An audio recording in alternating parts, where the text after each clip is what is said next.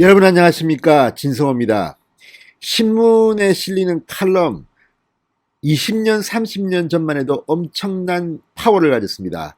그러나 지금은 미디어 홍수 시대입니다. 그리고 영상 매체 유튜브 채널 등이 생기면서 과거만큼 큰 영향력은 없습니다. 그럼에도 불구하고 조선일보가 지난 주말 실은 강천석 칼럼이 지금 잔잔한 파문을 일고 있습니다. 문재인 대통령에 대해서 이렇게 과학적이고 논리적으로 분석한 칼럼도 찾기 힘들 겁니다. 자, 강천석 논설 주관입니다. 논설 고문입니다.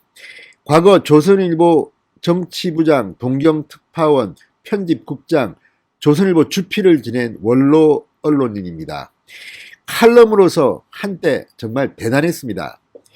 무엇보다도 우동 한 그릇 같은 그런 이 훈훈한 감성적인 글도 있고, 또 박정희 대통령이 이 서독, 광부, 간호사를 찾았을 때 그 순간의 뜨거운 감동을 전한 칼럼은 정말 엄청난 화제를 불러모았던 그런 사람입니다. 칼럼니스트로서 단문으로 주로 아주 스피디한 필체를 갖고 있는 강천석 논설 고문. 이번 칼럼에서 문재인 대통령 정면으로 비판했습니다. 대통령의 상식이 지금 유고 상태라는 겁니다. 그리고 사이비에 중독됐다는 표현도 썼습니다. 그러니까 우리는 지금 어쩌면 사이비 대통령을 보고 있는지도 모릅니다. 왜 문재인 대통령이 이렇게 과학적이고 본질적이고 정통파 지도자가 아니라 이렇게 곁까지 확인도 안 되는 그런 사이비 중독증이라는 비판을 받아야 할까요? 강천석 논설 고문은 문재인 대통령에 대해서 원칙, 상식 이런 것들이 결여됐기 때문에 이 많은 일들이 벌어졌다고 합니다. 특히 지금 벌어지고 있는 코로나19에 대한 문재인 정권의 대처에 대해서는 아주 아프면서도 과학적으로 잘근잘근 씹고 있습니다. 강천석 논설 고문은 과거부터 아주 단문으로 듣는 사람이 화가 날 정도의 그런 내용들을 전달합니다. 파편처럼 짧은 문장들이지만 엮어보면 그 울림은 큽니다. 이번에도 문재인 대통령이 이 칼럼을 읽으면 정말 혈압이 오를지도 모르겠다는 생각이 듭니다. 진성호의 융단 폭격 시작합니다. 문재인 대통령을 융단 폭격합니다. 방송에 앞서 아직 진성호 방송의 구독자가 아니신 분들은 붉은색 구독 버튼 눌러주십시오. 더 좋은 방송으로 보답하겠습니다. 자, 강천석 고문은 코로나19와 관련해서 글을 시작합니다. 재난방송은 정확해야 한다. 위험과 희망을 부풀리거나 축소해서는 안 된다. 무엇보다 왔다 갔다 해서는 안 된다. 사령탑이 우왕좌왕하면 세상은 각자 도생의 아수라장으로 변해 희생을 몇십 배 키운다.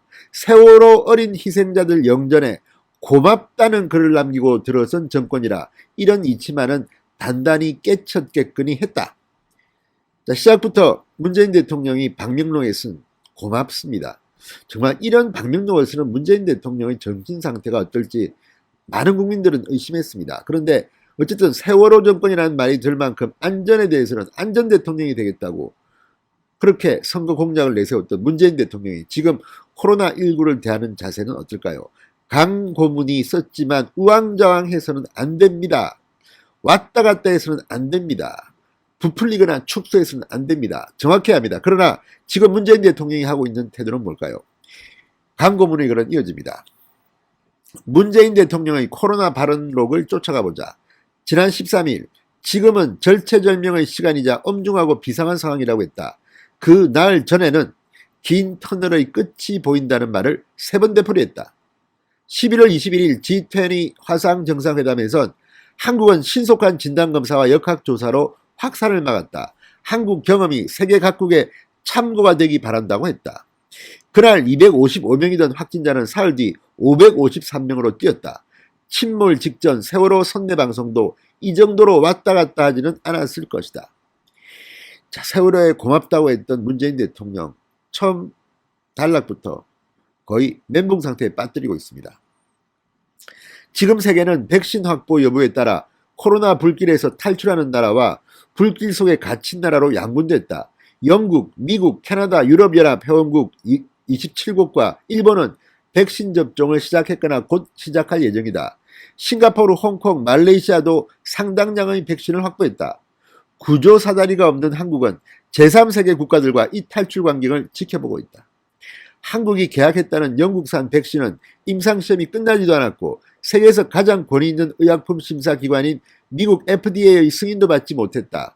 영국 의약품규제청조차 이 자국산 백신 심사를 시작도 하지 않았다. 정부는 이걸 국민에게 접종하겠다고 한다. 진짜 무능하기 짝이 없는 정부 아닙니까? 늘 K방역 자랑만 하더니 정작 필요한 순간에 국민의 생명과 안전을 보장해야 될 순간에는 이렇게 비겁하게 무능한 제3세계 국가로 전락한 것 아니겠습니까? 세계 최고 최첨단 반도체, 자동차, 석유 시추선을 생산 수출하는 나라에서 어떻게 이런 일이 벌어질 수 있는가? 한국의 지도자 경쟁력, 정부 경쟁력, 정치 경쟁력이 낙후됐기 때문이다. 우리는 일부 대기업과 K-POP 영화 산업의 선전 덕분에 세계에서 선진국 또는 선진국에 가까운 나라로 대접받는 데 익숙해졌다.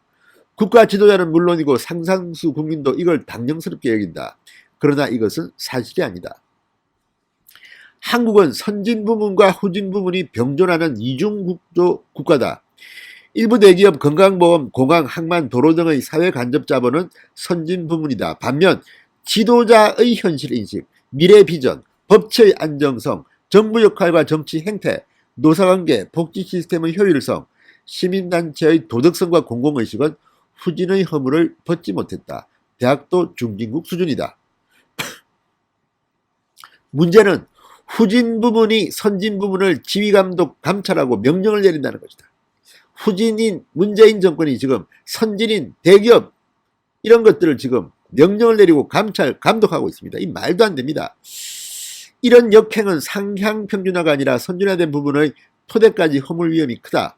이 정권 들어 건보재정이 급속히 악화하고 노동 부문이 더욱 경직되고 있는 것은 국가의 노화 속도가 빨라지고 있다는 신호다.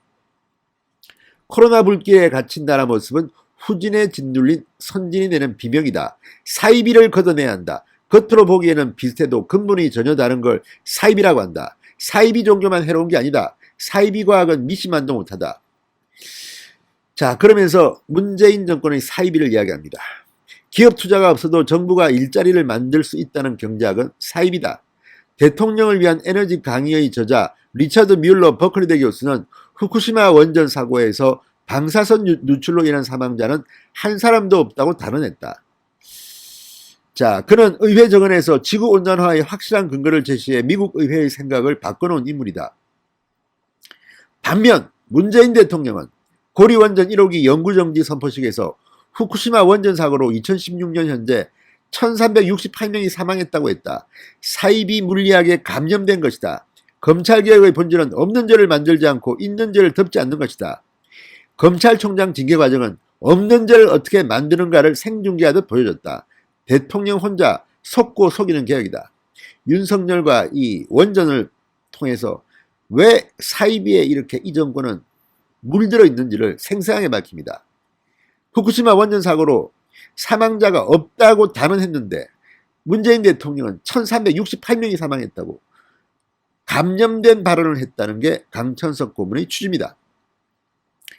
사이비에 대한 해독제로는 건전한 상식만 한 게 없다. 대통령의 상식은 무고하실까?